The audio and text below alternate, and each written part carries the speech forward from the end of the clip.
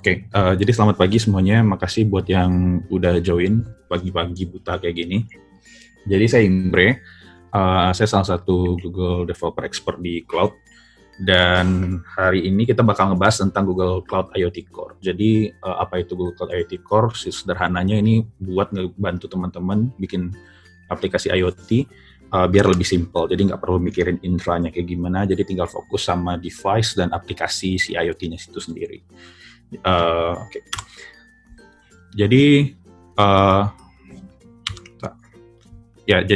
saya saya sekarang ada di Gojek sebagai Google Cloud Platform Engineer, dan sebelumnya saya di Traveloka dan sempat di eBay dan Serm juga. Kalau di luar kegiatan kantor, biasanya saya aktif di Kubernetes community di Jakarta dan juga beberapa kali ngisi di beberapa komunitas di luar kota. Dan saya punya podcast ngobrolin startup dan teknologi. Jadi kalau seandainya ada yang pernah dengar, makasih. Kalau seandainya ada yang belum dengar, silahkan dengerin kalau pengen dengerin tentang startup. Jadi bentar, ini gimana cara ngilanginnya ya?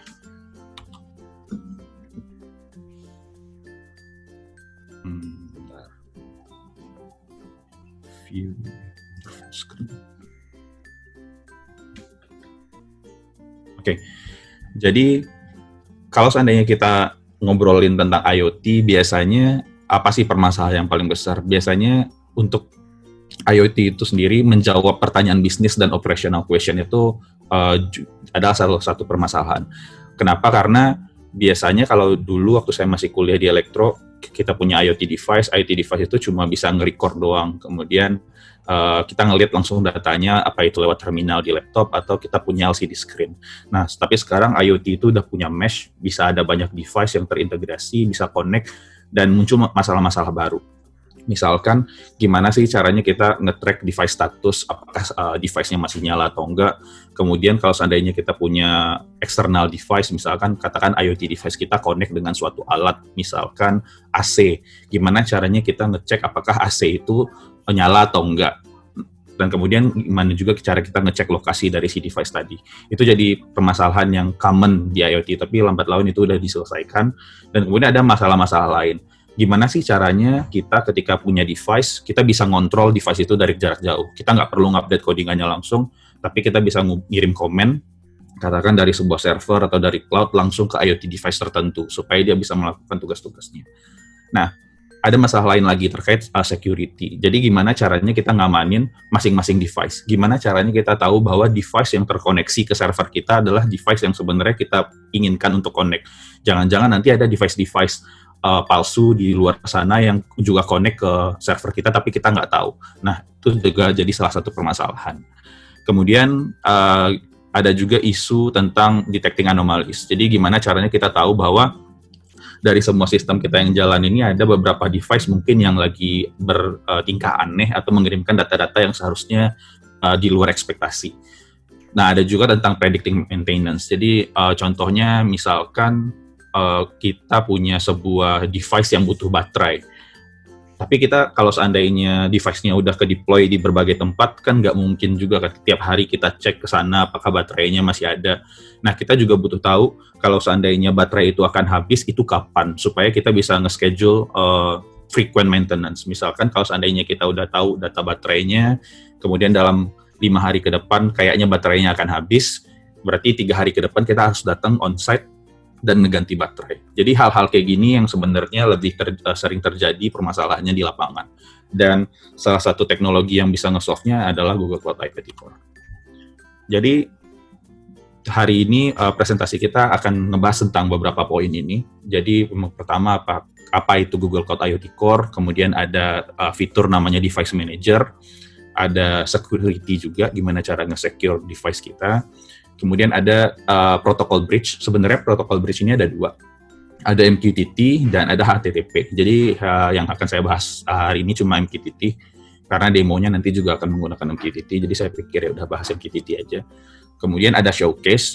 Saya akan bikin sebuah use case sederhana, gimana nanti kita bisa ngekontrol AC dengan menggunakan sensor temperatur. Tapi semuanya, saya nggak punya device IoT, jadi saya cuma bikin aplikasi dummy yang bisa nge-simulate kejadian kayak gitu. Dan satu lagi, extending possibilities with IoT Core. Jadi karena IoT Core ini merupakan salah satu core produknya Google, dan itu bisa diintegrasikan dengan produk-produk Google yang lain. Jadi gimana integrasinya nanti juga akan kita lihat. Oke, Google Cloud IoT Core. Jadi ya gini lah. Jadi Google Cloud IoT Core ini gunanya untuk ngebuka bisnis insight kalau seandainya teman-teman punya global device network di luar sana, terutama IoT platform. Oke, bentar.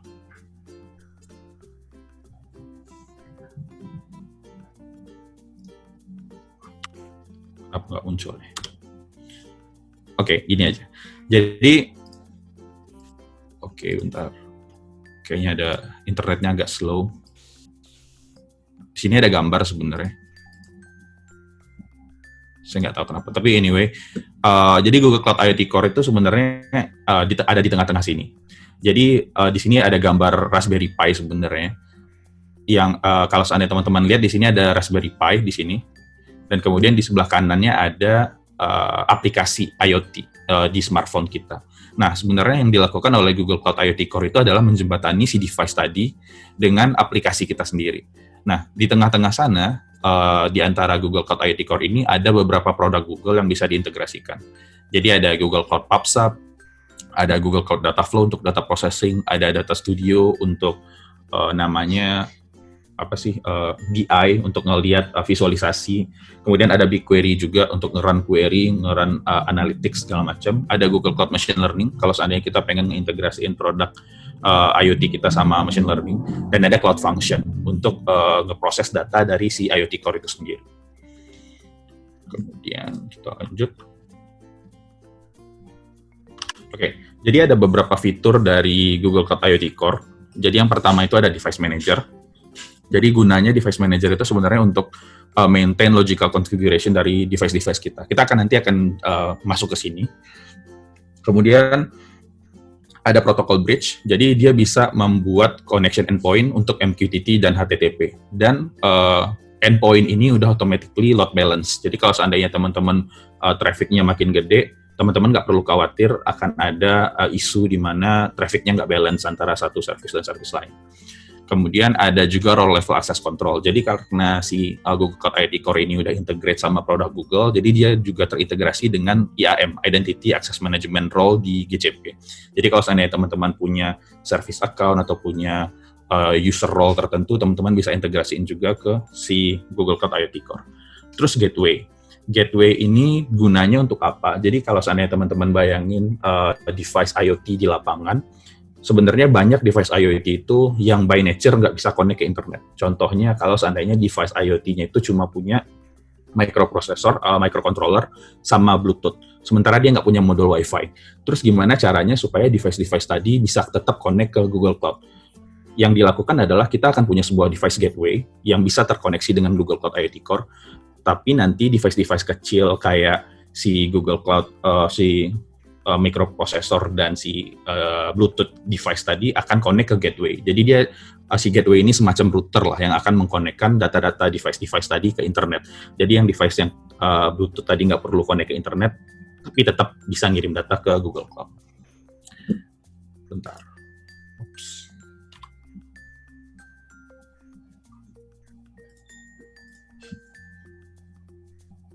Oke. Kemudian yang berikutnya adalah ya enable high frequency atau low latency communication. Jadi sebenarnya kalau kita pakai Google Cloud IoT Core, kita bisa ngirim data yang dalam jumlah yang banyak dan juga menerima data dalam jumlah yang banyak. Jadi ngirim data itu contohnya kayak komen. Misalkan kita mau nyalain AC, itu salah satu komen. Kita bisa nyalain AC mungkin dalam hitungan 10 kali per second, 20 kali per second, bahkan ratusan kali per second kalau kita punya banyak device. Dan low latency itu maksudnya ya sederhana, latency antara pengiriman data sampai datanya nyampe di device itu kecil banget. Kemudian ada real time metrics dan log juga.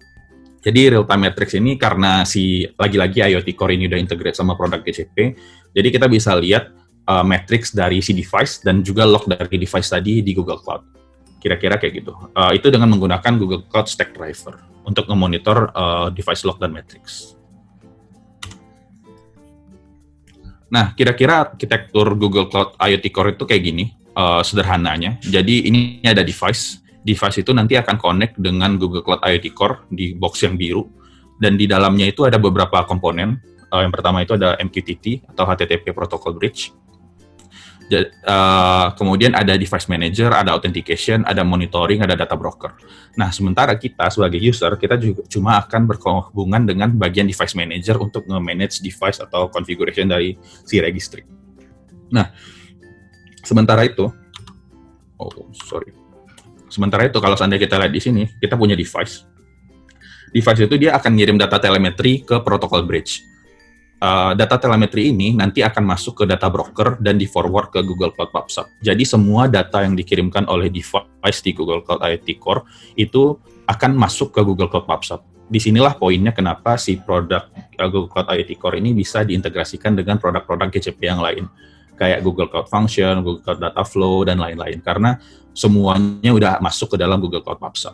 Nah, sementara kalau seandainya kita ngirim config update, misalkan kita pengen mengubah konfigurasi device, itu nanti akan dikirimkan juga melalui MQTT atau HTTP Protocol Bridge langsung ke device-nya. Nanti kita akan punya demo juga tentang ini. Nah, sekarang kita akan coba bahas tentang IoT Device Manager. Jadi sebenarnya IoT Device Manager ini adalah salah satu tools yang bisa kita pakai untuk nge-manage dan mengoperasikan device-device dan registry yang kita punya. Kira-kira kayak gimana bentukannya? Jadi ini beberapa fungsionalitasnya. Jadi dia fully managed, jadi teman-teman nggak perlu lagi maintain server dan segala macam. Si Google Cloud akan nge-handle semuanya. Dia udah fully managed dan semua device secara global akan di-manage dalam satu dashboard. Kemudian tugas-tugasnya ada ini, dia bisa nge-configure individual device itu key-nya seperti apa, security key-nya atau public key-nya kayak gimana, kemudian metadata-nya seperti apa, dan banyak hal lagi. Kemudian teman-teman juga bisa update and control device. Jadi kalau seandainya teman-teman pengen ngirim komen langsung ke device itu, teman-teman bisa langsung dari dashboard dan langsung ngirimin perintah. Kalau pengen ngeganti configuration-nya juga bisa langsung dari dashboard. Kemudian ada role level access control, kita nggak akan masuk terlalu jauh ke sini, tapi intinya teman-teman ketika punya role tertentu bisa melakukan beberapa akses tertentu, seperti misalkan mau ngirim komen, bisa ngirim komen atau enggak, atau misalkan bisa ngedit data device-nya atau enggak, dan lain-lain. Kemudian ada ini, console API. Console and API for device deployment and monitoring. Jadi kira-kira teman-teman nanti bisa ngelihat juga monitoring device-nya seperti apa, usage-nya seperti apa. Nah, sebelum kita masuk ke konsolnya, ada beberapa komen. Jadi kalau di Google Cloud IoT Core itu ada istilahnya registry dan ada istilahnya device. Registry ini adalah kumpulan dari device, sementara device itu ya satu device saja. Jadi sebelum kita bikin device di Google Cloud IoT Core, kita harus bikin yang namanya registry. Kalau kita punya command G-Cloud, kita tinggal bikin G-Cloud IoT Registry create. Kita kasih registry ID-nya apa, project ID-nya apa, dan region-nya apa. Kemudian kita juga bisa ngasih PubSub topic yang akan kita pakai untuk ngirim data telemetri sama state. Nanti akan saya jelasin lebih jauh di konsol. Kemudian setelah kita bikin registry, kita bisa bikin namanya device. Bikin device itu sebenarnya caranya cuma satu, G-Cloud IoT device, pakai device ID, kemudian ada project ID-nya, ada region, ada registry ID yang kita registrasikan sebelumnya, dan ada namanya public key. Nah, public key ini ada dua. Teman-teman bisa pakai RSA public key atau bisa pakai S256 public key. Nah, di sini nanti public key-nya akan teman-teman register. Jadi sebelumnya nanti akan dibuat dulu dan kemudian habis itu diregister ke si device-nya. Ini kalau kita pengen pakai G-Cloud. Nah, si Google Cloud itu juga punya konsol dashboard-nya. Habis ini kita akan lihat. Di sini ada beberapa, ada registry, ada device, ada gateway, ada monitoring. Kalau kita lihat dari registry, ini adalah registry yang udah saya buat, namanya temperature sensor. Nanti di dalamnya akan ada device-device yang seolah-olah punya sensor temperatur. Dan di sini ada Google Cloud PubSub topic dan ada CA certificate. Nah, di sini saya bisa ngaktifin nanti ada MQTT, ada HTTP, dan kemudian di sini ada PubSub topic. Jadi kalau teman-teman lihat di sini ada dua, ada telemetri sama device state. Jadi kalau seandainya data sensor, misalkan hitungan sensor 10 derajat, 20 derajat, itu nanti akan masuk ke topik PubSub yang namanya ini, project/impredemo/topic/temperature sensor. Ini semuanya ditujukan untuk menyimpan data-data telemetri. Misalkan kalau teman-teman punya device lain, kayak apalagi ya, sensor cahaya, berapa keterangan cahaya, nanti dia juga akan masuk ke topik ini. Nah, ada satu topik lagi, namanya device state topic. itu dipakai untuk menerima data-data state-nya si device. Jadi misalkan apakah si device itu pengen nge-report apakah si AC-nya udah nyala atau belum. Itu nanti akan masuk ke topik ini. Oke. Dan di sini ada CA certificate. Ini salah satu bentuk security juga. Ini salah satu bentuk security juga. Kalau seandainya teman-teman pengen ngevalidate si public key tadi terhadap sebuah CA certificate, itu CA certificate-nya bisa didaftarin di sini. Nah, detailnya kayak gimana, kita coba buka dashboard-nya aja. Jadi di sini, ini yang saya liatin tadi.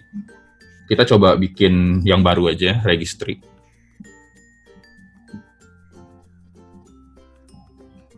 Nah, ini saya udah punya satu, kita coba bikin baru. Katakan saya punya registry, namanya jangan temperatur lagi deh. Apa ya, misalkan light sensor.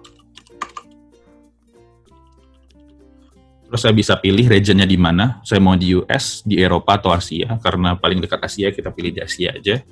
Kemudian di sini ada Cloud PubSub Topic. Ini nanti topik yang akan kita gunakan untuk membuat topik telemetri. Jadi semua data telemetri akan masuk ke sini. Saya sekarang udah punya 3 topik. Kalau sekarang untuk presentasi ini saya coba pakai topik yang udah ada aja. Tapi di sini ada add additional topic. Jadi additional topic ini maksudnya kayak gimana? Jadi kalau teman-teman punya data-data tertentu yang lain, misalkan tadi di sini di temperatur sensor ini saya simpan data temperatur. Terus misalkan teman-teman punya pengen ngegroup data tersebut ke ruangan-ruangan tertentu atau pengen ke negara-negara tertentu, teman-teman bisa bikin di sini subfolder, misalkan katakan USA untuk sensor-sensor yang berada di Amerika. Terus di sini nanti teman-teman akan pilih topik lagi, bisa bikin topik baru atau pakai topik yang lama, bisa kayak gitu. Tapi untuk sekarang kita nggak akan pakai ini. Kemudian kalau kita show advance, di sini teman-teman bisa milih mau pakai protokol apa. By default dua-duanya kecentang, tapi saya untuk demo nanti saya pilih MQTT doang, tapi saya aktifin dua-duanya. Di sini kita bisa enable logging. Apakah loggingnya mau dimatiin, error, info atau debug, ini terserah. Dan di sini ada CA certificate, tapi opsional. Teman-teman bisa pilih pakai atau enggak.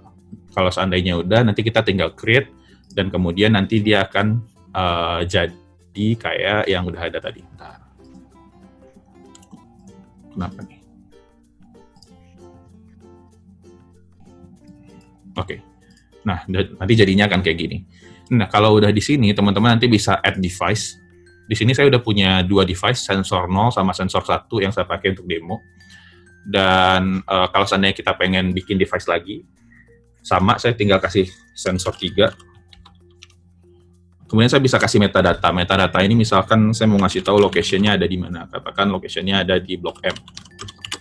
Saya bisa lakuin kayak gini juga. Kemudian ada banyak hal lain. Saya bisa kasih tahu di sini, device-nya ini boleh berkomunikasi atau enggak.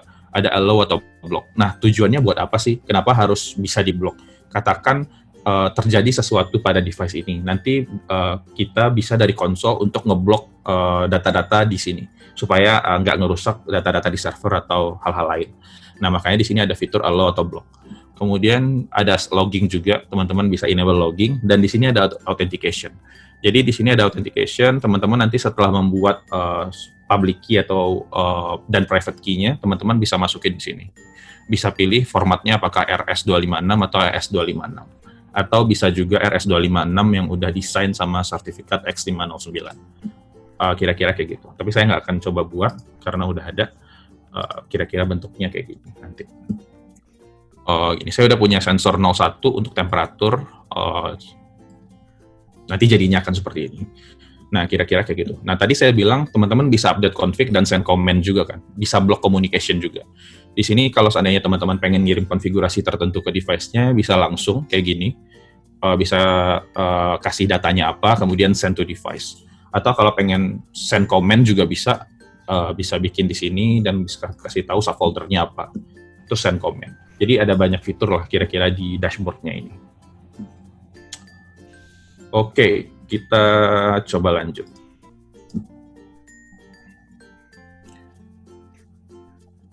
Jadi, sekarang kita pengen bahas tentang security. Jadi, gimana sih cara nge-secure device IoT kita kalau seandainya udah ada di Google Cloud? Caranya sederhana banget sebenarnya. Jadi di Google Cloud IoT Core ini punya beberapa security fitur. Jadi dia punya per device public key dengan JWT. Jadi masing-masing device itu nanti bisa punya private and public key pair yang sama atau berbeda. Kalau seandainya teman-teman pengen bikin setiap device punya public key dan private key pair yang berbeda, itu bisa juga. Nah, kenapa sih tujuannya dilakukan kayak gitu? Supaya mengurangi surface attack. Jadi kalau misalkan public key atau private key-nya leak keluar, itu akan leak cuma satu, ya udah yang bermasalah cuma satu device. Tapi kalau seandainya teman-teman punya public key pair untuk semua device yang sama, masalahnya nanti kalau seandainya public key-nya leak atau bocor, teman-teman harus mengganti semua public key yang ada di semua device, dan itu PR. Makanya di sini ada per device public private key using JWT, gunanya untuk ngurangin surface attack. Nah, terus kenapa ada JWT? Sederhana, karena kalau kita pakai JSON Web Token, itu kan ada expiration time. Kalau seandainya kita ada compromise, katakan token kita compromise, orang bisa dapat token kita, si JWT itu kan by default nanti dia akan expire. Jadi ya udah, kalau nanti udah expire, dia akan invalidate sendiri, jadinya si attacker jadi nggak bisa akses lagi. Kira-kira kayak gitu. Terus dia support dua macam, ada RSA dan elliptic curve algorithm untuk nge-verify signature dari key-nya. Kemudian dia juga dilengkapi sama TLS 102 connection, dan dia juga pakai root certificate untuk mengidentifikasi apakah server yang teman connect itu adalah server Google Cloud atau bukan. Terus ya ini tadi, dia udah integrasi sama GCP IAM, jadi teman-teman bisa specify yang bisa ngakses ini, role-nya apa, dan seterusnya. Nah, jadi ini ada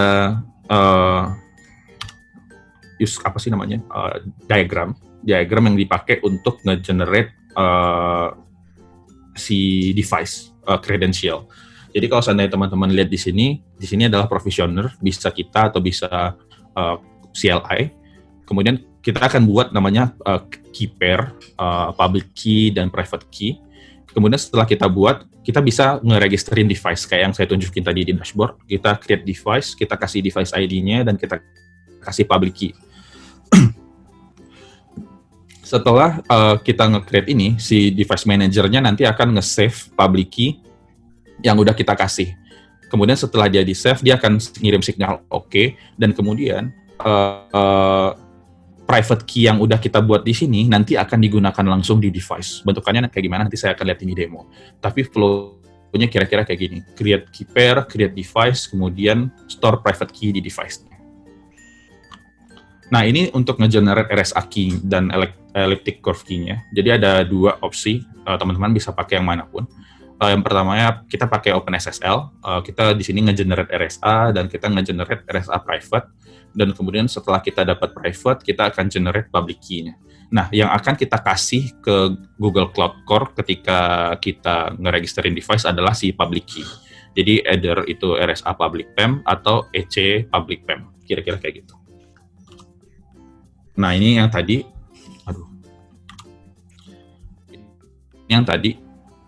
kenapa sih? Nah, kalau seandainya tadi teman-teman lihat di sini ada authentication, nanti key yang udah kita buat akan kita registerin di, key yang udah kita buat akan kita registerin di sini, di authentication ini. Kita akan masukin public key-nya, kalau kita enter manual, atau kita bisa upload filenya.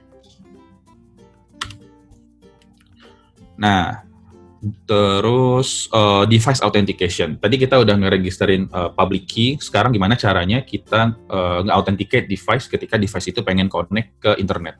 Jadi sederhana, karena tadi dia menggunakan JWT, jadi yang harus kita lakukan itu adalah kita akan generate JWT-nya. Kemudian ketika kita men-generate JWT-nya di sini, kita akan langsung sign JWT-nya itu dengan private key yang udah kita punya. Jadi ini, device use a private key to sign a JSON Web Token. Jadi kita create JWT-nya dan kita sign dengan private key. Kemudian token itu nanti yang akan kita pakai untuk connect ke si Google Cloud IoT Core, ke MQTT Bridge-nya. Dan di sini dia akan verify JWT signature-nya dengan public key yang udah kita kasih. Kalau seandainya valid, dia akan balik ke connected. Dia akan si device ini akan berhasil connect ke si MQTT Bridge-nya. Sesederhana itu.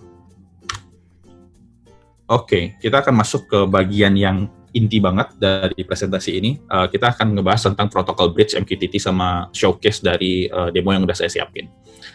Jadi di bagian ini kita akan bahas gimana caranya si device akan berkomunikasi sama Google Cloud IoT Core. Nah, ini ada penjelasan sedikit tentang MQTT Bridge. Jadi MQTT Bridge itu sebenarnya kalau seandainya teman-teman familiar dengan message broker kayak PubSub atau kayak Kafka atau kayak MQTT, kayak apalagi ya contohnya yang lain, ada RabbitMQ dan lain-lain, itu sebenarnya sama konsepnya. Dia adalah publisher dan subscriber. Jadi ada sistem yang akan nge-publish message dan ada di sisi lain sistem yang akan nge-subscribe message. Nah, si MQTT ini dipakai di Google Cloud IoT Core sebagai salah satu protokol bridge. Kenapa? Karena MQTT ini ringan banget dan cocok aplikasinya untuk IoT, ketimbang kalau kita pakai Kafka atau PubSub untuk komunikasi langsung dengan device. Nah, di sini si MQTT sendiri itu punya 3 level of quality service. Jadi ada QoS 0, 1, dan 2. Jadi QoS 0 ini kalau kita pakai untuk memastikan bahwa si message ini tuh cuma dikirim paling banyak sekali.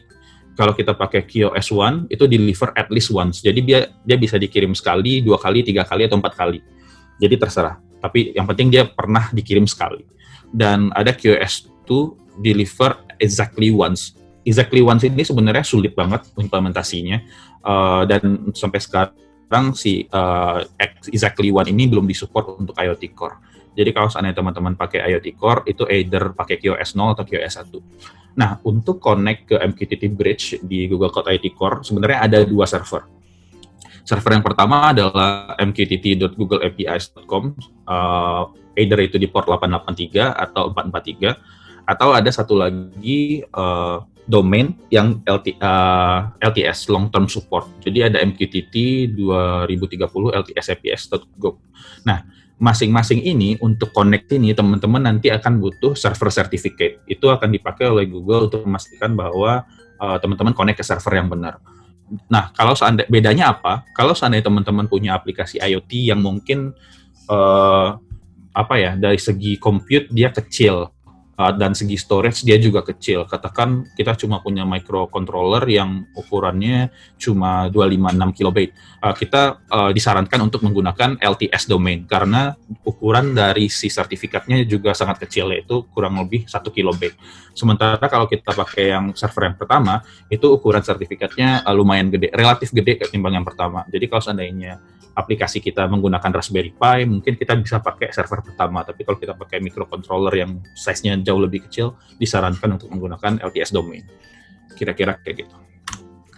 Nah, ini use case yang akan kita lakukan. Jadi saya pengen bikin sebuah automatic air conditioner controller. Jadi ada beberapa requirement. Yang pertama adalah satu atau beberapa device itu akan dilengkapi dengan temperatur sensor dan dia akan mengukur room temperature. Jadi sederhana banget kalau misalnya kita mikirin device IoT, ada sensor temperatur dan dia akan ngambil datanya. Kemudian data temperatur yang ditangkap akan diproses oleh backend untuk menghitung average-nya. Jadi alih-alih datanya itu dikalkulate di device, datanya nanti akan dikirim ke Google Cloud dan kemudian Google Cloud akan nge-forward datanya ke back-end kita untuk dihitung average-nya berapa.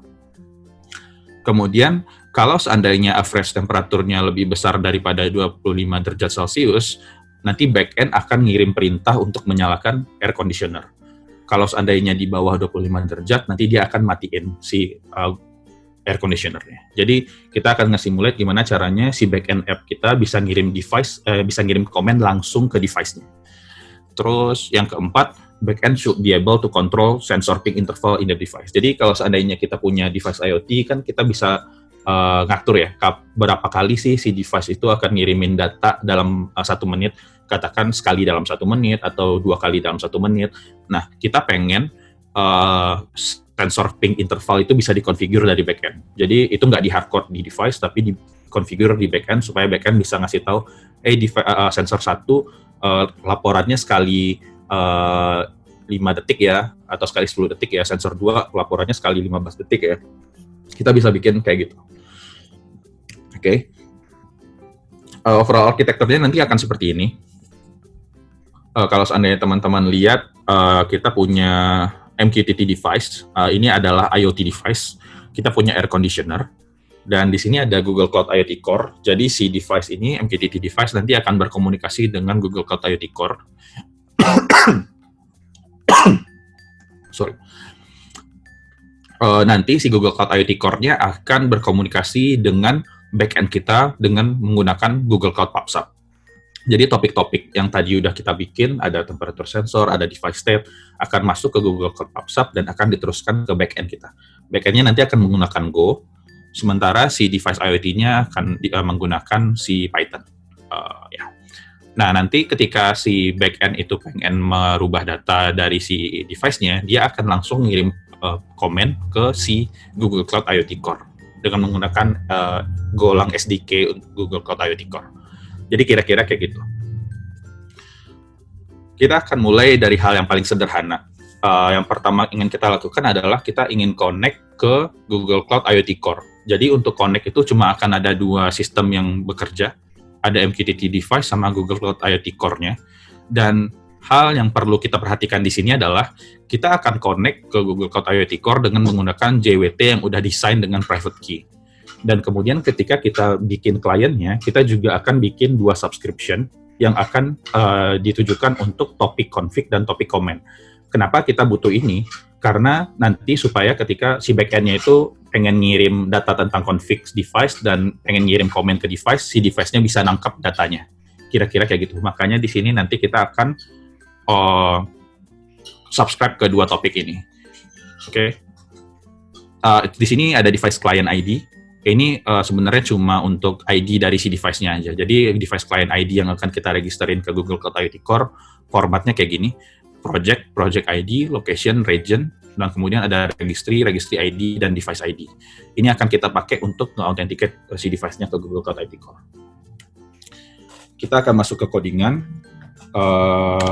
Saya akan buka codingannya. Oke, ini.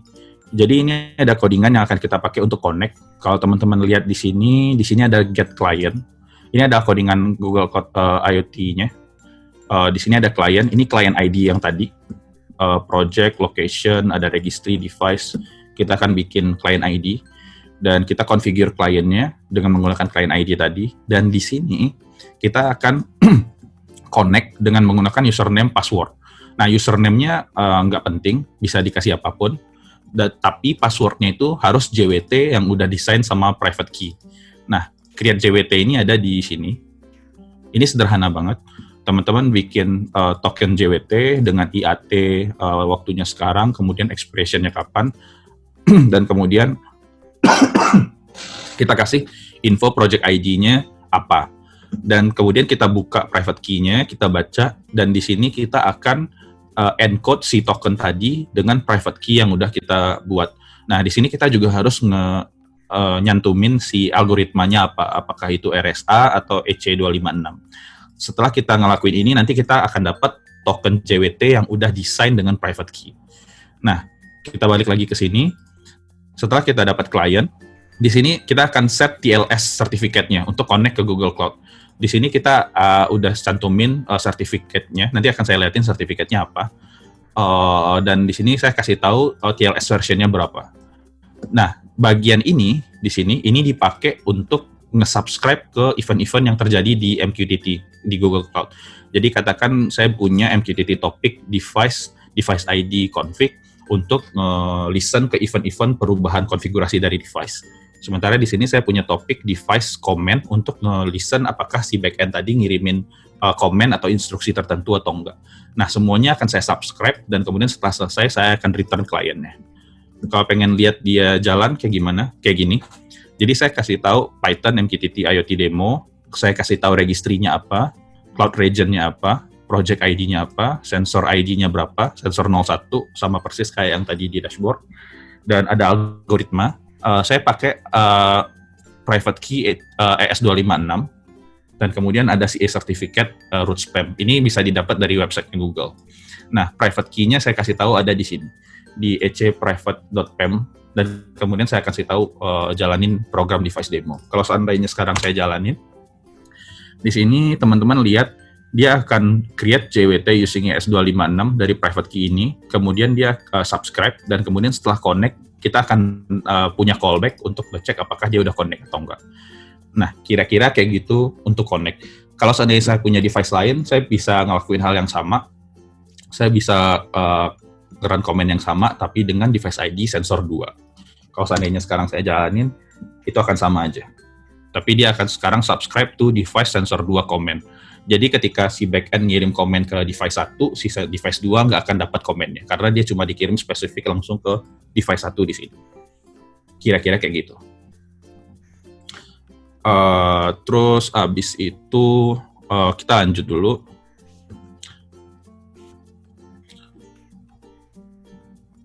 Oke, bagian berikutnya itu tentang gimana caranya kita ngirim data. Jadi kalau seandainya teman-teman lihat di sini, sekarang kita punya komponen tambahan di sini, Google Cloud IoT Core. Yang akan kita lakukan adalah kita akan ngirim data.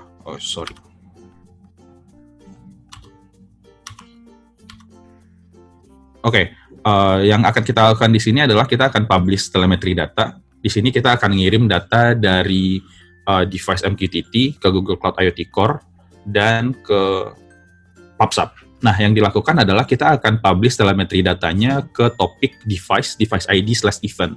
Jadi kalau seandainya kita di Google Cloud IoT Core, kalau kita pengen ngirim data, kita harus selalu ngirimin datanya ke MQTT topik ini. Supaya nanti di Google Cloud IoT Core-nya akan ditranslate ke topik yang udah kita specify di dashboard. Itu topiknya tadi project ID project ID /topic /telemetry topic. Kalau tadi temperatur sensor sama device state untuk state. Kalau untuk telemetri data kita pakai temperatur sensor. Nah, di sini use case-nya yang akan kita kirimkan adalah katakan kita pengen ngirimin data temperatur. Kemudian kita juga bisa ngirimin data lain kayak humidity kalau kita punya sensor yang lain kayak sensor humidity dan lain-lain. Kita bisa ngirimin. Kira-kira kayak gini. Ini untuk ngirimin data ke Google Cloud IoT PubSub. Kita akan coba lihat demonya seperti apa. Kita back dulu. Dan kalau kita balik ke codingan, di sini saya punya bagian send telemetry data. Saya specify telemetry topiknya. Saya specify telemetry topik di sini, device/events. Kemudian saya kasih device ID untuk ngegantiin ini. Dan kemudian di sini saya akan while true, saya akan loop terus karena kalau kita punya IoT device kan biasanya datanya akan dikirim frequent ya dalam rentang waktu tertentu. Nah di sini tuh ada exponential back off, saya nggak perlu jelasin, tapi ini intinya untuk make sure bahwa si Google Cloud IoT Core-nya nanti nggak nerima excessive load kalau terjadi masalah di device IoT-nya. Nah di sini ada bagian untuk nge-refresh JWT token. Kalau seandainya JWT tokennya expire, dia nanti akan masuk ke sini untuk ngebikin klien baru di sini. Oke. Dan di sini adalah bagian yang saya pakai untuk ngirim data. Sekarang saya akan uncomment. Jadi data yang akan saya kirim itu cuma payload yang isinya ada temperatur dan isi datanya adalah random number dari config minimum temperatur sampai max temperatur. Jadi ini adalah config, ini bisa dikonfigur yang nanti datanya juga akan kita ganti-ganti. Dan setelah kita bikin payload, saya akan client.publish, saya publish ke telemetry topik yang tadi, payloadnya apa dan quality of service-nya 1. Artinya ini at least once. Kemudian di sini saya akan loop untuk ngirim datanya. Sebenarnya ini loop untuk sleep, untuk nge-delay. Nah, di sini saya akan bikin kirim datanya dalam periode segini. Ini juga udah saya ganti config-nya. Config-nya ada di mana? Config-nya saya bikin di atas ini. Jadi ada minimum temperatur, ada maksimum temperatur, ada ping period second. Nah, ini adalah data-data konfigurasi. Kalau sekarang karena saya nggak punya sensor temperatur, saya ngesimulasiin nanti ngirim random number dari 20 sampai 30 sebagai data sensor. Oke. Itu udah saya uncomment tadi untuk bagian ngirim ininya.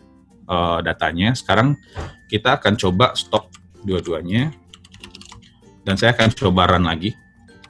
Oke.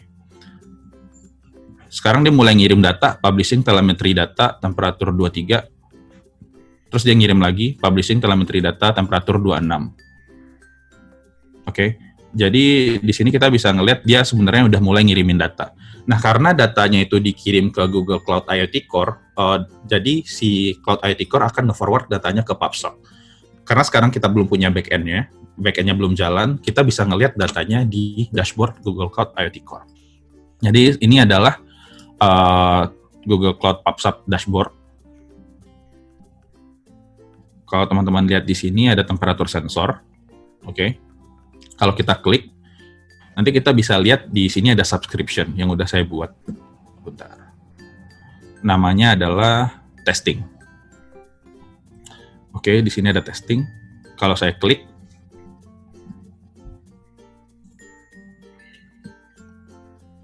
nah ini adalah topik subscription yang udah kita pakai untuk membaca data dari topik telemetri tadi. Sekarang kalau seandainya message-nya kita pull, harusnya kita dapat beberapa message di sini. Oke, kita coba pull lagi. Nah, sekarang kita udah bisa lihat message-nya kayak gimana. Ini datanya adalah temperatur 23, kemudian ada temperatur 26, temperatur 23, dan seterusnya.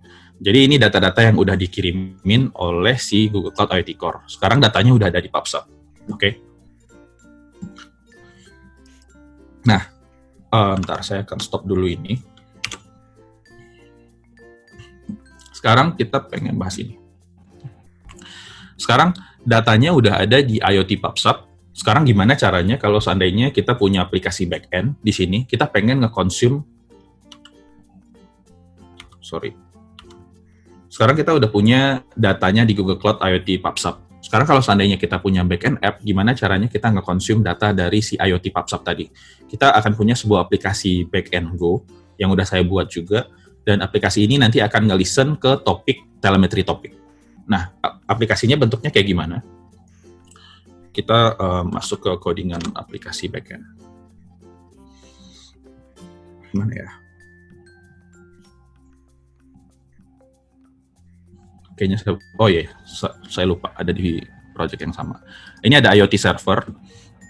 Sekarang saya udah punya server backend di sini. Ini server dengan MUX biasa. Kemudian ini nggak butuh untuk sekarang. Saya di sini udah punya 2 subscriber sensor telemetri, sama satu lagi subscriber untuk sensor state. Sekarang kita fokus ke sini dulu aja. Jadi saya akan nge-listen semua data-data yang masuk ke subscription testing. Di sini saya bikin PubSub client, kemudian di sini adalah handlernya. Saya akan terima message dari si PubSub di sini, dan kemudian yang akan saya lakukan adalah saya baca datanya. Kemudian di sini saya akan cek apakah device-nya itu udah ada di backend atau belum. Kalau seandainya udah ada, kita akan ambil dari in memory kita. Kalau seandainya belum ada, dia akan bikin baru. Dan di sini ada function namanya record temperature. Jadi ini device record temperature adalah function yang udah saya buat untuk si device tadi. Nanti saya akan tunjukin. Di sini kemudian ini masih saya komen, dan terakhir di sini kita akan ACK. ACK ini tujuannya apa? Supaya nanti si PubSub-nya bisa tahu bahwa sebenarnya message ini udah diproses. Kenapa ini penting? Karena kalau seandainya kita nggak nge-ACK, katakan terjadi error dan message-nya nggak kita ACK, nanti yang akan dilakukan oleh PubSub, dia akan ngirimin message-nya balik ke si ke back-end-nya lagi untuk diproses. Jadi ada mekanisme untuk retry. Oke, dan di sini kita akan coba lihat, di sini ada struct device yang udah saya bikin, class device yang nyimpan ID, project ID, location, dan di sini ada function record temperature. Jadi di function record temperature ini sebenarnya tujuannya sederhana, dia akan nyimpan 10 data temperatur terakhir, dan dia akan masukin ke dalam sebuah array. Oke. Dan setelah dia record, kalau seandainya kita pengen dapat average-nya gimana, average-nya berapa, saya udah bikin function juga di sini, sederhana.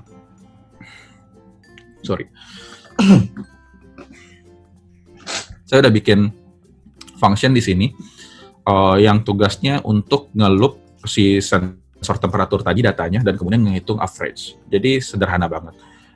Nah, kalau seandainya sekarang kita jalanin, sekarang saya akan jalanin kayak gini.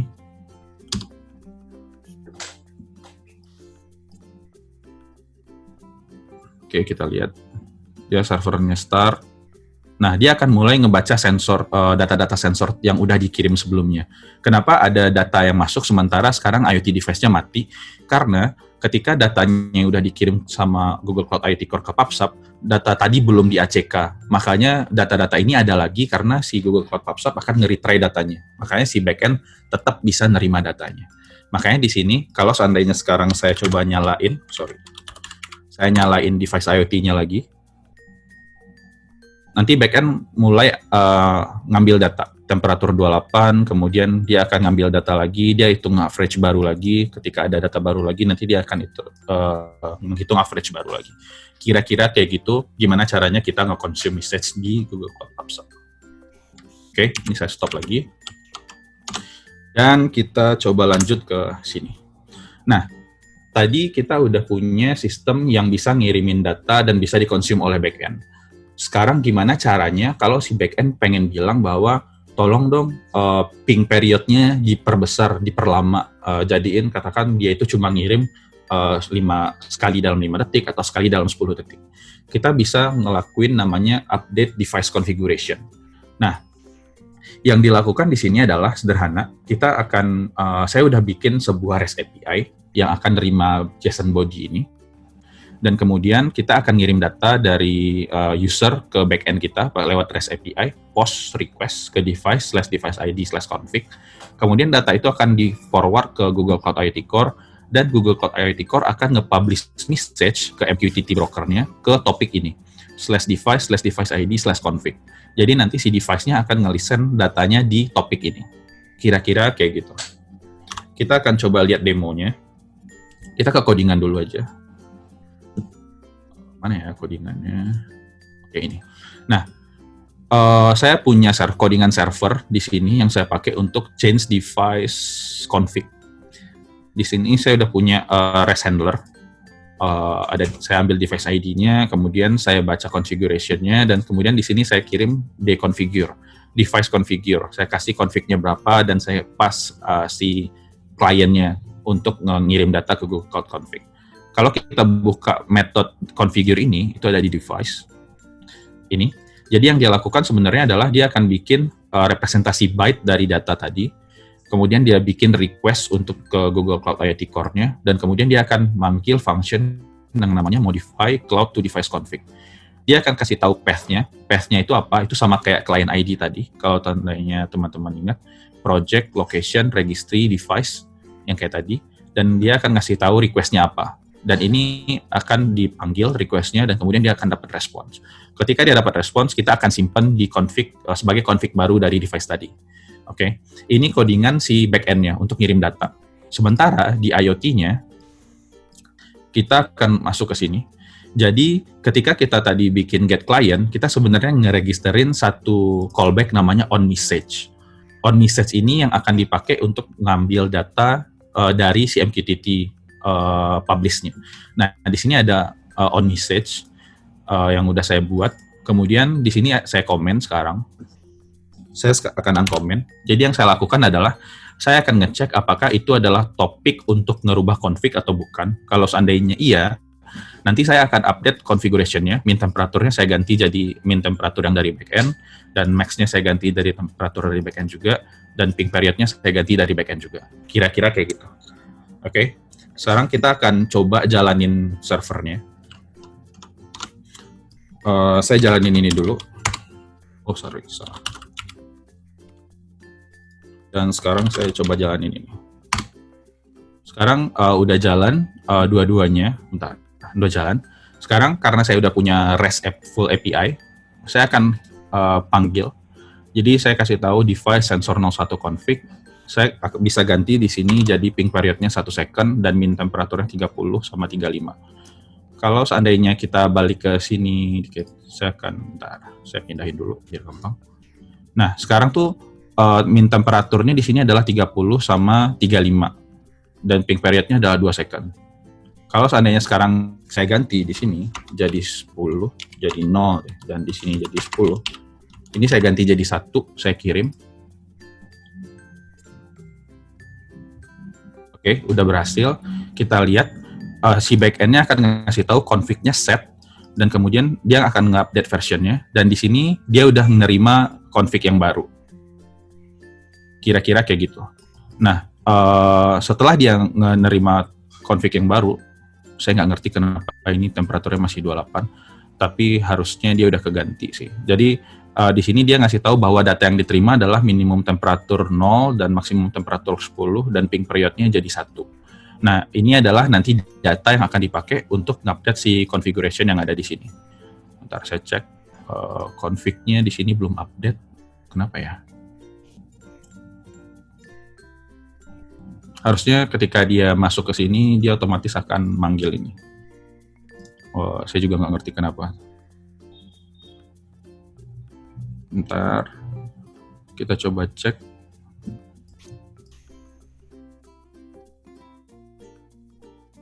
Message-nya receive, kayaknya ada sesuatu di sini. Saya juga nggak ngerti. Tapi idenya adalah si on message ini nanti yang akan dipakai untuk nge-update si configuration.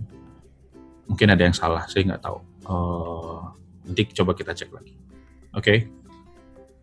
Sekarang kita, bentar, ini saya matiin dulu. Sekarang kita akan coba ngirim komen. Jadi ngirim komen ini sederhana. Bisa saya lakuin dengan dua hal, dengan bikin post API atau saya bikin automatic. Jadi automatic seperti apa? Kalau seandainya tadi si sensornya ngasih bacaan di sini, saya bisa kasih datanya lewat topik event, kemudian di forward ke IoT, di sini IoT topik di PubSub, kemudian di sini akan diproses. Kalau seandainya datanya besar dari 25, saya bisa turn on AC, saya akan kirim komen ke sini. Ketika saya ngirim komen, dia akan dipublish ke topik komen. Sederhana banget. Atau saya bisa juga trigger API-nya, tapi untuk sekarang kayaknya saya cuma pengen nyobain yang otomatis supaya kita bisa lihat apakah dia akan ngefek atau enggak. Oke. Ngirim komen ini sebenarnya tujuannya untuk nyalain AC. Jadi ketika di sini saya bilang AC true di sini, nanti harusnya in real words si MQTT device ini akan nyalain AC. Oke, kita masuk ke codingan. Di sini saya punya satu lagi topik. Saya akan uncomment. Jadi topik di sini tujuannya adalah untuk nge-capture ada comment device, ada comment topik yang masuk message-nya. Kalau seandainya dia adalah is comment, nanti dia akan merubah state AC jadi data yang dikirim oleh backend. Oke. Kemudian setelah itu dia akan state update. Nah, di sini yang saya lakukan adalah kalau seandainya state dari si device-nya udah ke-update, saya pengen memastikan si back-end-nya tadi tahu bahwa si device-nya itu udah ke-update. Maka yang saya lakukan adalah saya akan pakai client yang ada di sini, di onMessage. Saya akan publish lagi message ke device state untuk ngupdate state dari si device. Oke. Nah, sementara codingan back-end-nya sederhana banget sebenarnya. Saya akan coba uncomment di sini. Kalau teman-teman aware, tadi di sini saya ada komen. Ini tugasnya sederhana. Oh, ini belum ke-save tadi pantesan. Di sini, kalau seandainya temperaturnya di atas 25 dan AC-nya mati, dia nanti akan nyalain AC-nya. Kalau seandainya enggak, kebalikannya dia akan matiin AC-nya. Kira-kira kayak gitu. Kita coba aja. Go run. Oh, sorry. Python. Di sini go run.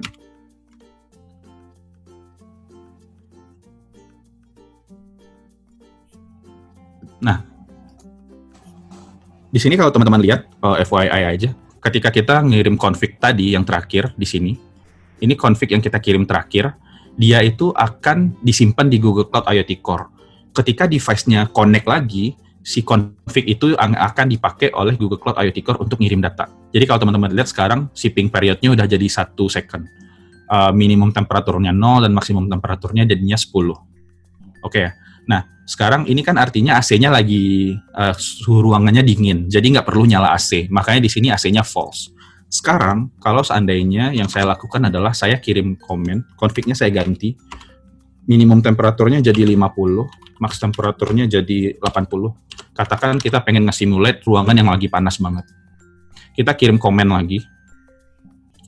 Dan sekarang dia akan berubah kayak gini. Dan perlahan temperaturnya jadi naik. Setelah dia di atas 25, saya pengen stop dulu. Setelah dia di atas 25 di sini, mana sih tadi? Di sini, dia akan ngirim komen ke device, bilang bahwa, hey, ruangan temperatur roomnya udah naik, jadi nyalain AC-nya. Ketika di sini, dia nerima message, AC-nya udah nyala, dan kemudian dia akan ngerubah state dari AC-nya jadi true. Jadi sekarang di device-nya AC-nya udah nyala nih. Nah, Tapi yang dilakukan oleh si device-nya, dia akan report ke backend, ngasih tahu bahwa AC-nya sekarang udah nyala. Kenapa kita butuh melakukan itu? Buat mastiin bahwa apa yang kita lakukan tadi, komen yang kita lakukan itu udah immediately applied ke si device. Jadi ketika di sini udah state update, dia akan ngirim balik ke backend. Di sini backend akan terima state update. Dan di sini device-nya device 01, average-nya 3007 dan AC-nya adalah true.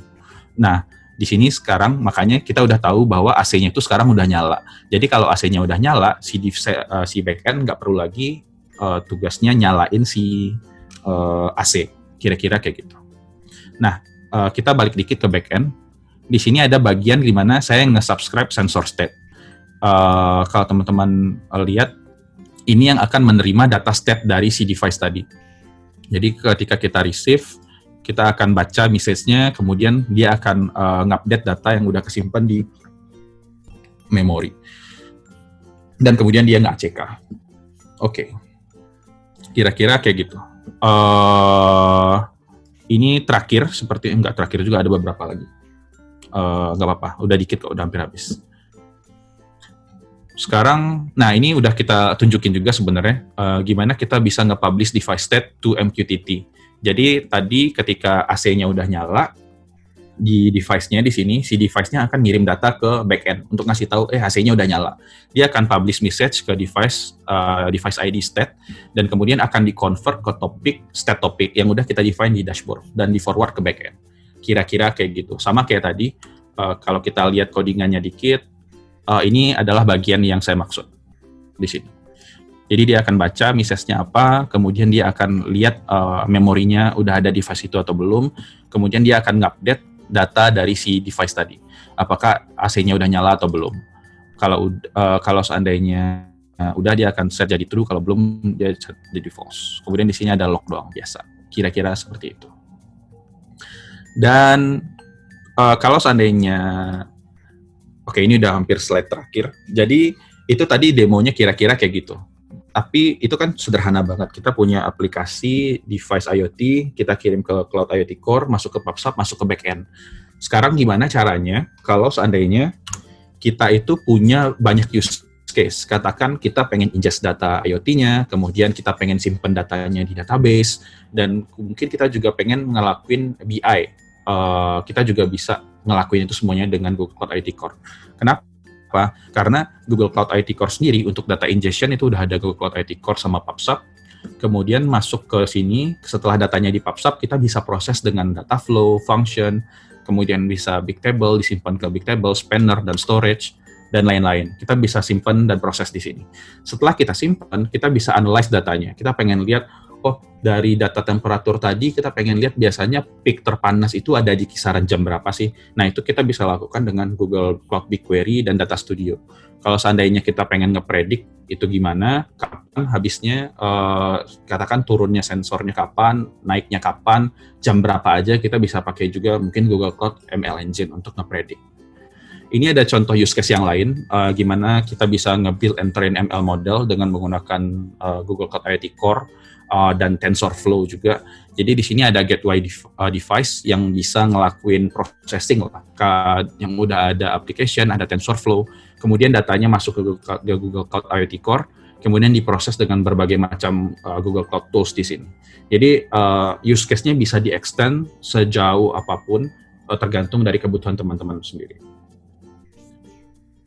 Itu aja, makasih. Kayaknya udah banyak pertanyaan, kita akan coba bahas pertanyaan aja. Oke. Thank you, Nick. Thank you semuanya buat yang udah dengerin.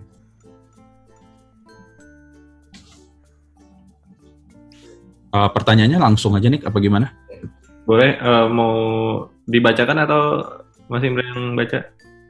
Gue yang baca aja, nggak apa-apa. Oke, mana nih? Dari mana ya pertanyaannya ya?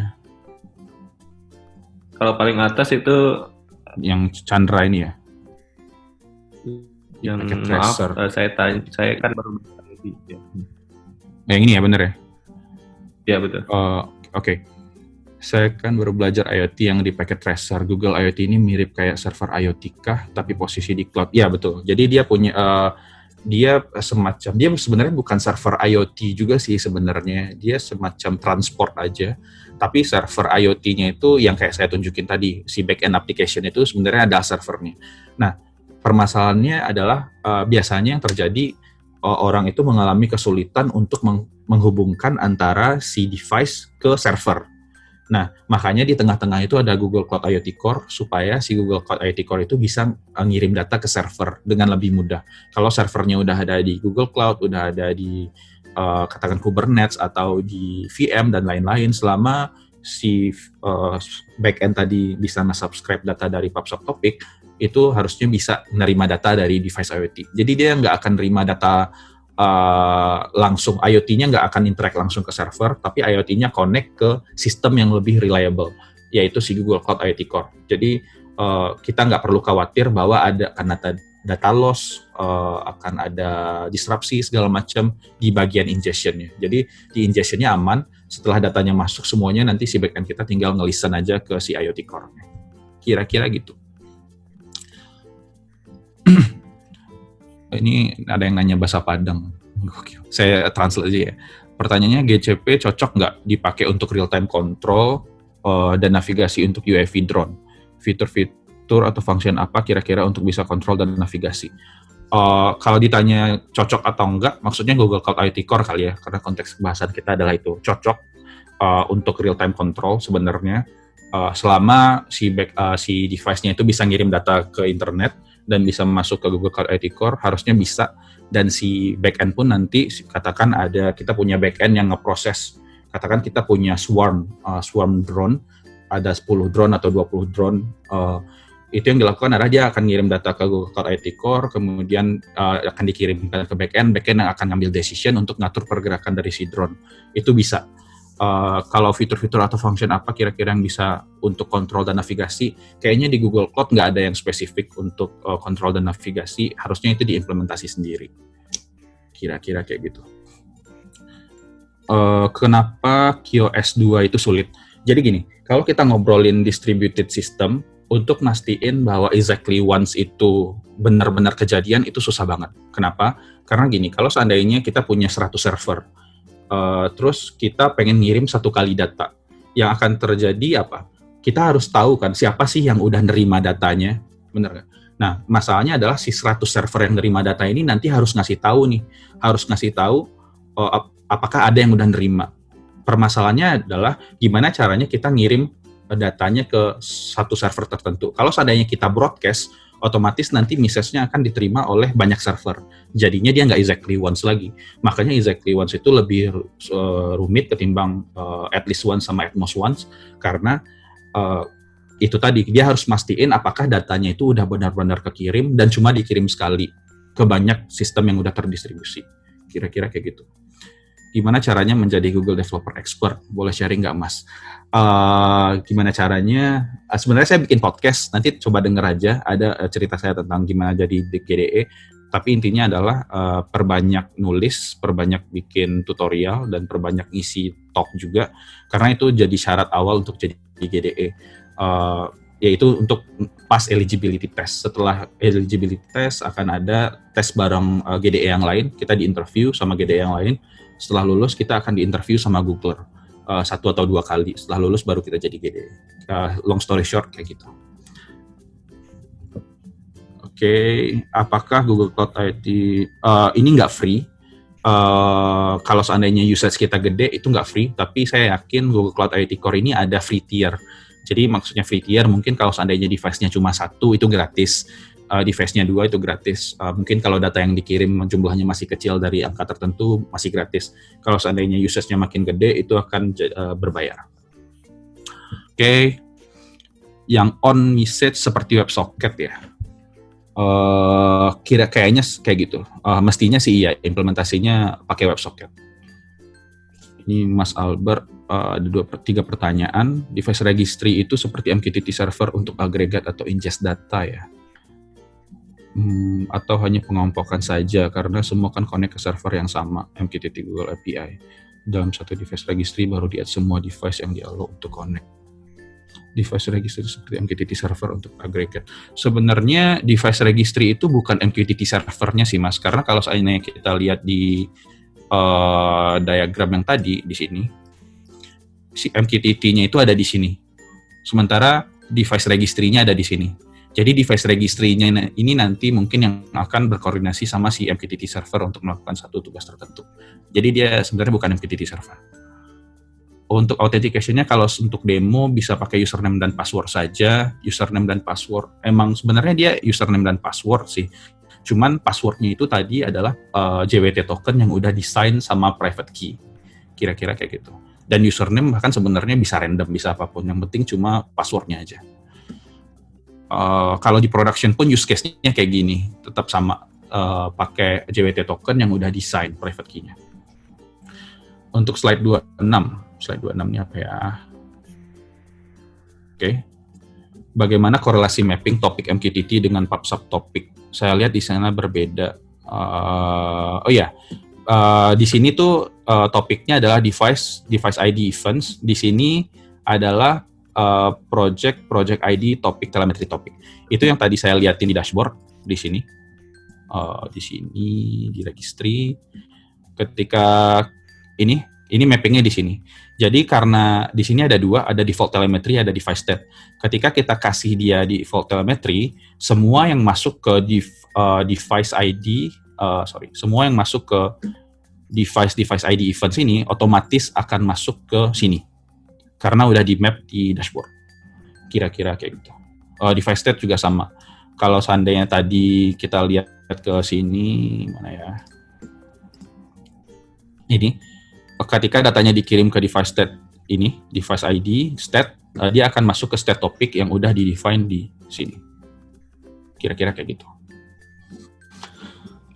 Pertanyaan berikutnya. IP yang di device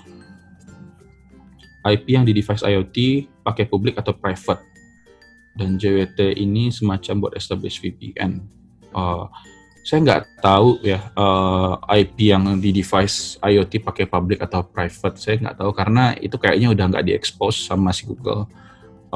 Coba kita lihat aja biar bisa pasti di device. Setahu saya nggak dikasih tahu sih. Kita nggak tahu ada IP-nya apa. Itu yang pertama. Karena udah diabstraksi sama si Google. Dan JWT ini semacam buat establish VPN via web. Bukan. JWT itu JSON Web Token. Dia itu semacam kalau teman-teman pengen connect ke sebuah service, dia tugasnya untuk token aja sih. Namanya JSON Web Token. Kalau seandainya kita nge-hit API call, kan biasanya ada authorization, mirror, API key. Nah, API key-nya itu kan bisa di-generate pakai OAuth to scheme atau apapun itu. Tapi kalau JWT ini ada mekanisme untuk nge-generate sendiri. Kita bisa simpan datanya, kemudian datanya di base64 encoded, kemudian setelah di-encoded, dia akan design dengan private key. Makanya namanya JSON Web Token. Nanti teman-teman coba search saja kalau ada yang pengen tahu JWT itu apa. Boleh tolong dijelaskan source code tadi yang mana yang server dan mana yang di device? Oke. Sorry kalau kurang clear. Jadi ini ada dua, ada IoT device, ada IoT server. IoT device ini ada MQTT IoT demo di sini. Ini codingan untuk device semua di sini, Python. Sementara untuk server Golang itu ada di sini semua. Ada server, kemudian ada device-nya apa, semua logiknya ada di sini. Nanti saya akan upload ke GitHub. Mungkin teman-teman pengen baca kalau ada yang tertarik. Jadi kayak gitu. Jadi ada dua di sini. Di sini ada sertifikat yang saya pakai, saya simpan di sini semua. Kebetulan beberapa minggu lalu sharing mengenai AWS IoT Core. Ya, sama sih kira-kira. Ya. Jadi AWS IoT Core itu produknya AWS, tapi saya cukup yakin fungsionalitasnya juga sama karena permasalahan yang diselesaikan itu sebenarnya juga sama. Thank you Mas Albert. Ada pertanyaan lain? Kalau ada yang kurang jelas silakan. Atau kalau ada yang pengen nanya langsung boleh raise hand, kemudian mic-nya dinyalain sama Nico kali ya. Ya, nah, boleh kalau misalnya masih ada pertanyaan boleh lewat chat atau raise hand kalau mau ngomong langsung. Mas Imre, ini kan apa ya? Mau nanya nih. Kalau misalnya ada rilis tentang Google gitu, Google Developer Expert itu kayak dapat materi khusus atau kayak misalnya ini kan tentang IoT Core nih gitu. Itu belajar sendiri apa sebetulnya ada kayak materi yang khusus dikasih untuk Google Developer Expert gitu? Nggak ada materi khusus sih sebenarnya. Kita tuh sebagai GDE cuma dapat info bahwa Google habis akan ngerilis produk baru, tapi sebenarnya info itu belum dipublish ke publik. Jadi kita dapat info lebih awal lah, misalkan beberapa bulan sebelum itu atau kita jadi beta tester. Tapi tetap semuanya itu emang harus kita cobain, kita pelajari sendiri. Jadi emang jadi GDE sebenarnya bukan privilege juga sih sebenarnya, kalau menurut saya lebih ke kita dapat channel untuk tahu teknologi lebih awal dan kita bisa nyobain lebih awal juga. Jadi once itu udah production ready, kita bisa langsung share tentang teknologi itu. Jadi kira-kira kayak gitu. Jadi nggak ada material khusus, tapi kita emang difasilitasi. Misalkan kita dapat GCP kredit untuk eksperimen, untuk bikin demo ini saya bikin pakai akun sendiri, tapi saya punya kredit GDE yang bisa di request kalau seandainya udah habis, tapi nggak dipakai untuk project sendiri juga. Jadi lebih untuk ke komunitas, karena GDE poinnya sebenarnya untuk ke komunitas. Ada pertanyaan, codingnya ada template Pak atau create dari awal, sama mohon saran buat belajar IoT. Yang saya tahu cuma pakai tracer. Codingnya ada template. Kalau codingan IoT-nya itu ada di Google Docs documentation. Tapi codingan servernya saya bikin dari awal, sama codingan IoT-nya saya modif banyak hal sih. Ada di codingan template-nya itu nggak ada bagian untuk nge-listen state, nge-listen comment itu nggak ada. Saya bikin sendiri. Ada beberapa hal yang saya ubah. Kalau codingan servernya saya bikin dari awal semua. Saran untuk belajar IoT. Saya juga bukan IoT expert sebenarnya, tapi kalau saran saya kalau mau belajar dari IoT sebaiknya emang punya device-nya sendiri. Habis itu eksperimen dengan beberapa sensor, karena saya dulu kebetulan elektro. Jadi kalau kita mau bikin sebuah IoT device ya yang pasti ada data input sama data output. Inputnya itu dari sensor, outputnya either itu kita nampilin sesuatu di LCD atau kita nge-trigger sesuatu. Katakan kalau kita bikin robot, sensornya adalah mata, kemudian outputnya adalah gerakan robot atau putaran roda dan segala macam. Saran saya start dari sana dulu. Setelah kita selesai di sana, baru kemudian nyobain di cloud-nya. Karena sebenarnya cloud ini generik banget. Saya udah lama banget nggak ngoding IoT, tapi karena cloud-nya generik, jadi saya tetap bisa ngedemoin tentang Google Cloud IoT Core tanpa harus ngerjain IoT device. Jadi saya bisa bikin demonya di Python kayak tadi. Kalau seandainya di device, mungkin saya harus bikin pakai C yang udah lama banget saya nggak pelajari. Jadi kayak gitu sih. Terus tadi ada 2 endpoint di Google Cloud IoT Core, MQTT dan yang TLS. Kira-kira dasar kita memilih. Oke, saya tunjukin dokumentasinya aja. Saya share screen lagi.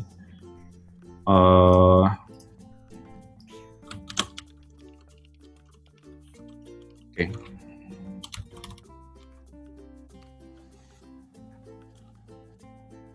Jadi dasar memilihnya di mana ya? Di sini kayaknya. Jadi di sini ada sebenarnya. Nah ini ada 2 opsi. Kita bisa pakai TLS transport yang disediain nama Google, MQTT Google API, sama MQTT yang TLS. Nah, pertimbangannya cuma ini sih. Ini size-nya adalah 128. Sertifikat CA root-nya itu, root CA-nya itu 128 KB. Tapi kalau kita pakai MQTT ini, yang TLS, itu sertifikatnya cuma 1 KB. Ini sertifikat yang mana? Kalau seandainya teman-teman tadi lihat di sini, di sini ada sertifikat resource/roots.pem. Oke, ini adalah sertifikat yang dimaksud di sini, bagian sini. Nah, yang saya pakai adalah yang 128 karena saya connect-nya ke sini. Saya nggak connect ke TLS, jadi saya pakai yang ini. Kalau seandainya sekarang kita buka ya,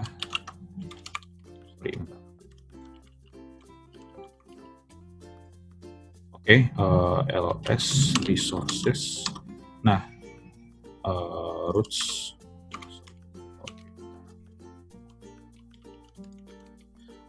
Di sini ada root PEM yang size-nya tuh 114 kilobyte. Bener ya? Oke, ya ini size-nya. Jadi size-nya cukup gede. Jadi kalau seandainya teman-teman punya aplikasi yang run di Raspberry yang compute size dan storage-nya lebih gede, teman-teman bisa pakai ini.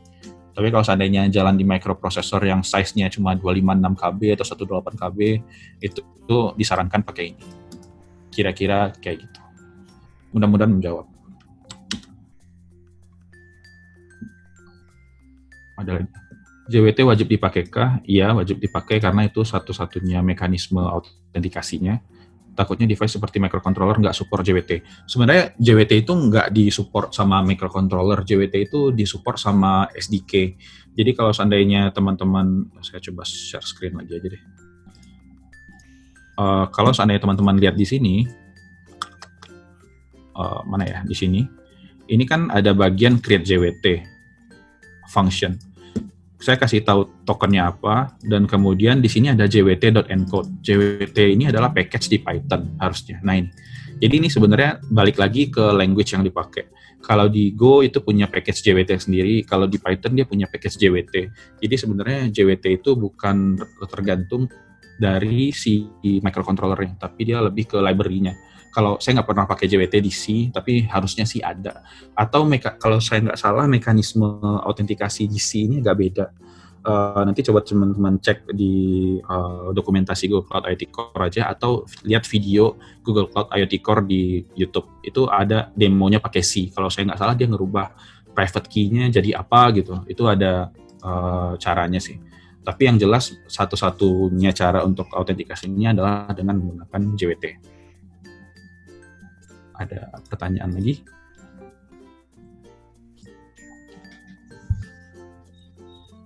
Yang create JWT tadi client device, ya betul. Yang di sini, ini codingan IoT-nya. Yang create JWT itu adalah codingan IoT-nya. Di sini ada JWT encode. Kira-kira kayak gitu. Mau tanya apakah bisa data-data di server Google dapat ditarik oleh Microsoft Visual Basic? Wah, dan dapat berkomunikasi secara real time. Agar data-data tersebut diolah. Ini ditarik oleh Microsoft Visual Basic. Saya nggak, server Google ini maksudnya VM atau gimana ya? Boleh nyalain mikrofonnya aja nggak, Mas? Biar saya bisa tanya. Saya kurang paham pertanyaannya. Data di server Google ini maksudnya seperti apa?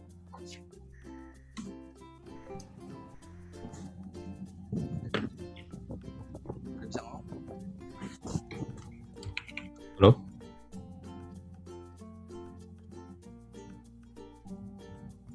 Saya kurang paham pertanyaannya kayak gimana. Data-data di server Google apakah bisa ditarik oleh Microsoft VB? Saya juga nggak tahu VB ini bukan ya, bahasa pemrograman bukan ya?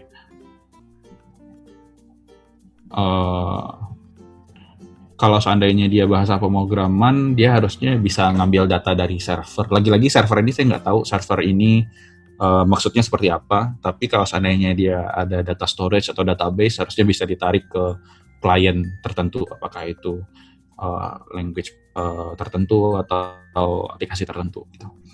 Berarti minimal pakai Raspberry Pi lah ya, Mas, untuk client device. Nggak harus, bisa pakai device yang lebih kecil, kayak apa ya? Saya punya IoT yang Nano, yang 33, saya lupa, bukan Raspberry Pi, apa sih namanya?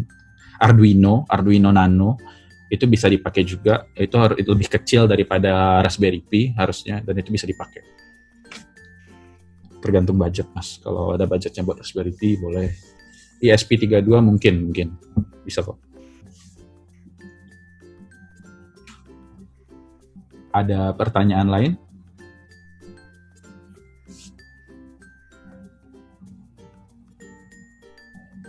Ini sambil nunggu itu Mas Imre, akun podcastnya di mana tadi? Boleh podcastnya di Spotify. Jadi cari aja saya coba liatin yang GDE tadi ya. Cari startup. Harusnya paling atas. Gokil. Saya lupa, harusnya ada di ya.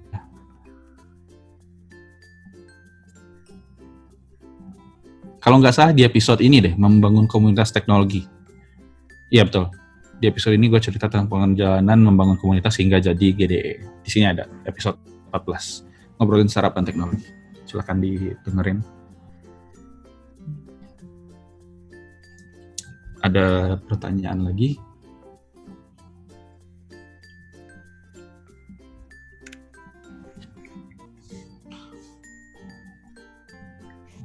Nggak ada. Oke. Cukup ya. Oke. Mungkin kita sudahin dulu berarti ya buat tanya jawab kalau udah nggak ada lagi. Oke. Nanti paling untuk teman-teman yang tadi ada yang di tengah baru gabung 15 menit, 20 menit sesudah berjalan, kalau misalnya mau lihat rekamannya atau slide-nya tadi itu ada di slide share ya? Oh enggak, nanti ada di GitHub saya di github.com/imbrenagi/public-speaking, cari aja di sana. Nanti slide-nya akan saya taruh di sana. Terima kasih semuanya. Assalamualaikum warahmatullahi wabarakatuh.